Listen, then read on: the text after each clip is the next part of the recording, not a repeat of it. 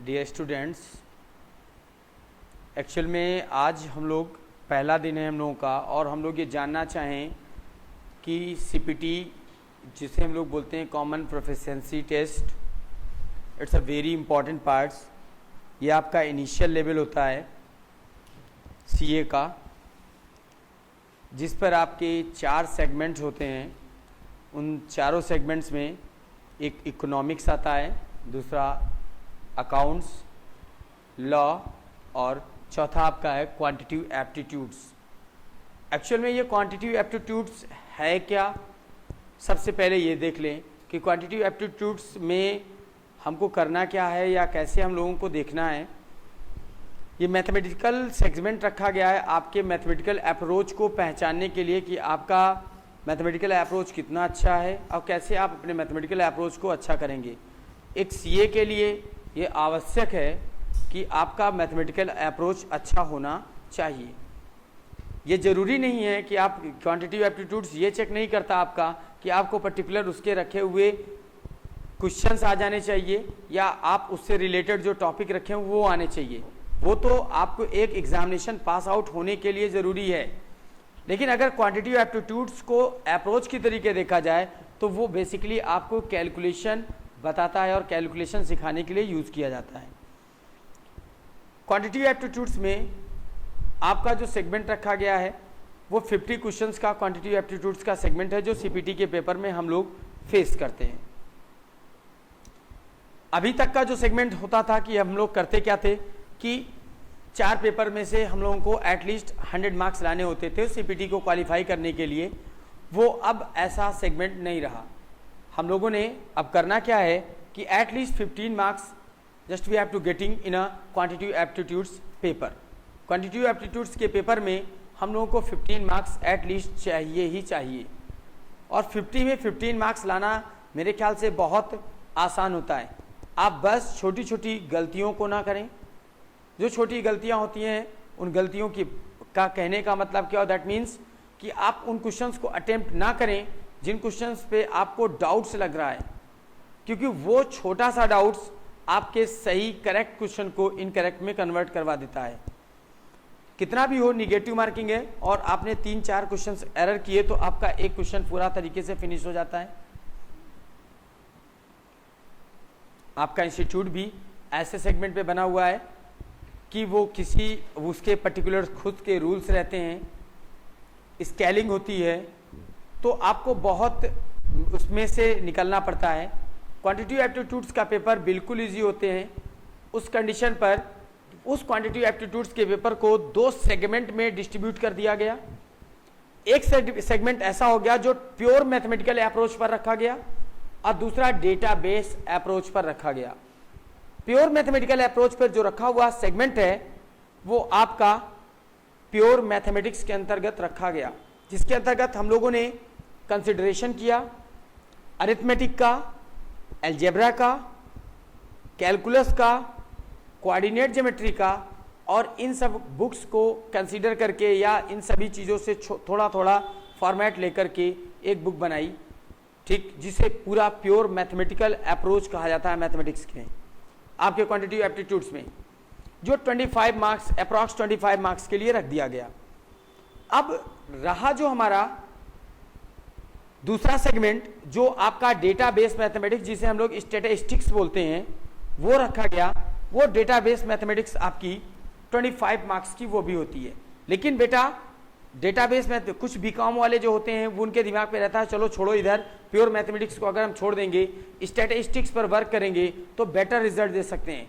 No doubt आप दे सकते हैं अगर आप मेहनत करें तो। मेहनत करने का इन द सेंस कि अगर आप सोच रहे हो कि स्टैटिस्टिक्स में ज़्यादा, statistics pure theoretical based question आते हैं, और थियोरेटिकल बेस्ड क्वेश्चन अगर मैथमेटिकल अप्रोच से या मैथमेटिक्स से उठाकर थियोरी दी जाए तो मेरे ख्याल से वो उससे ज़्यादा क्रिटिकल होती है। जिस पार्ट को आप इग्नोर करके चलते हैं वही पार्ट आपको सीपीटी में पास करने के लिए हेल्प करता है। इस वजह से कि सीपीटी में आपका जो पहला अप्रोच है मैथमेटिकल अप्रोच वो इतना क्रिटिकल नहीं है।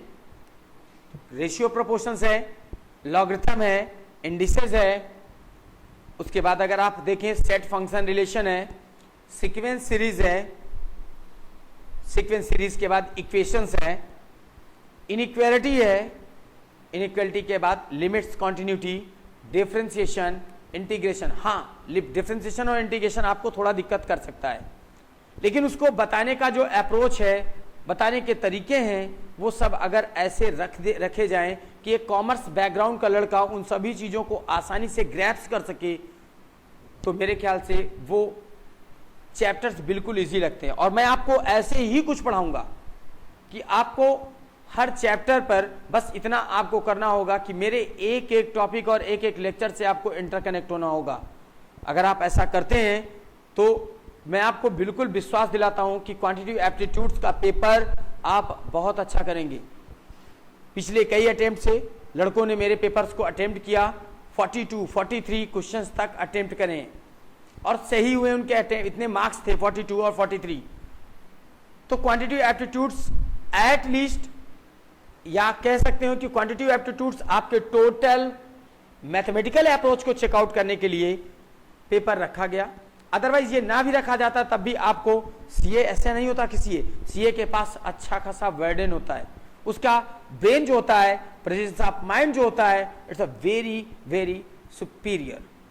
तो हम लोग जो बात करते हैं क्वांटिटेटिव एप्टीट्यूड्स के लिए, उन चीज़ों से आप बिल्कुल डाइवर्ट ना हो, परेशान ना हो। उन चीज़ों को लेकर के हम लोग जो वर्क डन करने वाले हैं या वर्क डन करेंगे, सीपीटी जो पेपर होता है वो अब बेसिकली आपके क्वांटिटेटिव एप्टीट्यूड्स के कॉन्सेप्ट पर ही बेस्ड रख गया है। यानी आप मैक्सिमम आपकी रिजल्ट्स आपने देखा, रिजल्ट्स का जो फॉर्मेशन है वो अधिक मैक्सिमम लड़का क्वांटिटेटिव एप्टीट्यूड्स के पेपर में फेल हो गया। आखिर ऐसा क्यों? क्योंकि आपने उस पर फोकस नहीं किया। आप अगर फोकस करें उस पर तो मुझे लगता है कि आप उस पर बेटर रिजल्ट दे सकते हैं। और केवल मैं आपसे उतनी ही मेहनत मांगता हूं, ज्यादा मेहनत नहीं करना। हमें तो 15 चाहिए ना, लेकिन हम 15 का टारगेट बनाएंगे तो कभी भी अगर हम उतने का टारगेट करें तो टारगेट अचीव नहीं होता। क्यों ना हम इस टारगेट को 30 का बनाएं, इससे बेटर हो जाता है तो हमारे लिए अच्छा है। लेकिन 30 एटलीस्ट का टारगेट बनाएं, क्योंकि हमको 100 नहीं पाना, हमको सीए की स्केलिंग से बचना भी है। और स्केलिंग जो होती है वो पूछ कर नहीं होती कि आपसे कि अगर आपको पास आउट करना है तो स्केलिंग करना चाहिए कि नहीं। तो इस पेपर के लिए हमें 30 अप्रॉक्स लेकर के चलना है, जिसमें अगर हम दोनों पेपर को इक्विलिब्रियम पोजीशन पे लेकर चलें तो क्या 15 और 15 दोनों से लेकर के गैदर कर सकते हैं? कर सकते हैं, लेकिन ऐसा होता नहीं है। हम लोग अगर मैं आपको बिलीव दिलाता हूं कि अगर आप मेरे एक एक टॉपिक से इंटरकनेक्टेड रहेंगे तो आपको बिलो 30 तो आना ही नहीं है। मैं लगभग आपको मॉडल टेस्ट पेपर जो देता हूं या मॉड्यूल जो कराता हूं, उन मॉड्यूल से ही लगभग क्वेश्चन ऐसे आ जाते हैं। पिछला मेरा मॉड्यूल टेस्ट पेपर ये कह सकते हैं कि एज अ जस्ट कंसिडरेशन रहा कि मैंने 200 क्वेश्चंस दिए उस मॉड्यूल में, और संयोग से ऐसा था कि 25+ क्वेश्चंस आपके उस मॉड्यूल टेस्ट पेपर से टैली कर गए। इट्स अ जस्ट कोइंसिडेंट, ये एक केवल कॉन्सिडेंट रहा, लेकिन आएगा कितना? जो हमारा पढ़ा हुआ फॉर्मेट है उससे ऊपर नहीं आएगा। तो मैं आपको बिल्कुल अब लास्ट में एक शब्द और बोलना चाहूंगा कि क्वांटिटेटिव एप्टीट्यूड्स का पेपर जिस बेसिक लेवल पर हम लोगों का बनाया जाता है, या जो हम लोगों का क्वांटिटेटिव का एप्टीट्यूड्स का पेपर है, उस लेवल को कंसिडरेशन पे लाते हुए उस लेवल के टाइप्स के क्वेश्चंस को करना, और उस टाइप के क्वेश्चंस को करना तो ठीक, उन पर प्रैक्टिस करना मस्ट हो जाता है।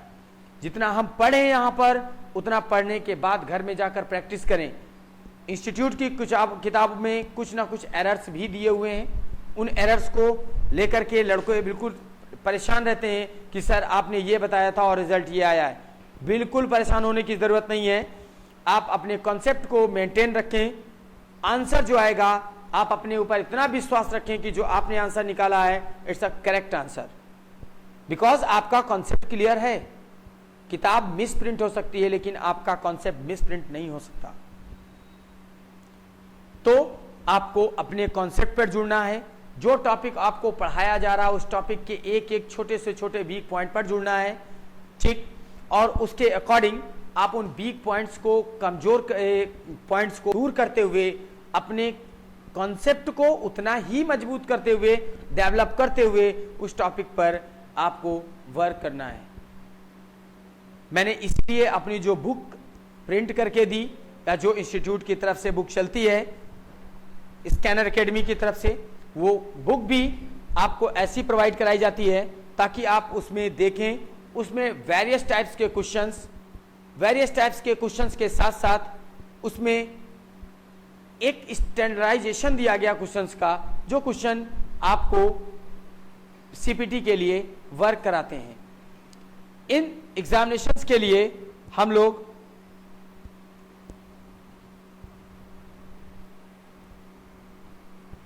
जिन लेसन्स पर ज्यादा फोकस करना चाहिए हमें, वो लेसन्स हैं प्योर मैथमेटिक्स में। अगर देखें तो उन लेसन्स पर हम लोग जिन पर ज्यादा फोकस करते हैं, वो लेसन मार्क्स गेन करने के लिए जो ज्यादा इंपॉर्टेंट होते हैं, वो बेटा आपका रेशियो एंड प्रपोर्शंस है, लॉगरिथम है, इंडिसेस है, जिनमें से आपके मार्क्स आए।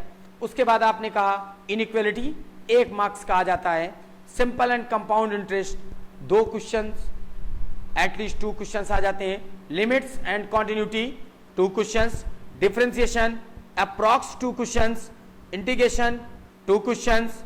उसके बाद अगर आप सीक्वेंस सीरीज से चलें तो 2 or more than 2 questions, set theory भी आपका 2 आर मोर देन 2 क्वेश्चंस।